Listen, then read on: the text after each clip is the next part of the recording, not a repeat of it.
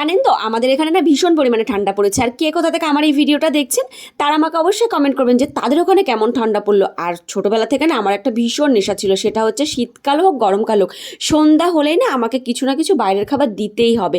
আর এখন যত বড় হয়েছি সেই নেশাটা না রোগে পরিণত হয়েছে, আর রোগ হলে তো মানুষকে ওষুধ খেতেই হবে। আর আমার ওষুধ কি এইসব বাইরের খাবার। কিন্তু ছোটোবেলায় না বাইরের খাবার খুবই খেতাম, কিন্তু যত বড় হয়েছি তত বাইরের খাবারটা আর খেতে পারি না। এখন আমি নিজেই ঘরে চেষ্টা করি। আর ইদানিং তো আমাদের এখানে প্রচণ্ড পরিমাণে শীত আর তেমন কুয়াশা, সকালে তো কিছু দেখাই যায় না, এরকম একটা ব্যাপার, সারাদিন মেঘলা ওয়েদার আছে। তো আজকে তাই ভাবলাম আজকে তাহলে একটুখানি পেঁয়াজের চপ তৈরি করি, অনেক দিন তো করা হয় না। তো এখানে ঝটপট করে অনেকটা পেঁয়াজ কেটে নিয়েছি, কিচ্ছু না সামান্য কিছু উপকরণ দিয়ে তৈরি করে ফেলেছি। একটুখানি নুন দিয়েছি, আর এখানে একটুখানি কাঁচা লঙ্কা, কর্নফ্লাওয়ার, একটুখানি জিরে গুঁড়ো আর বেসন, এটাতে সমস্ত কিছু মাখিয়ে নিয়েছি। তবে এখানে কিন্তু আমি জল দিইনি, যেহেতু নুন দিয়ে একটু মেখে রেখেছিলাম তো ওই জন্য।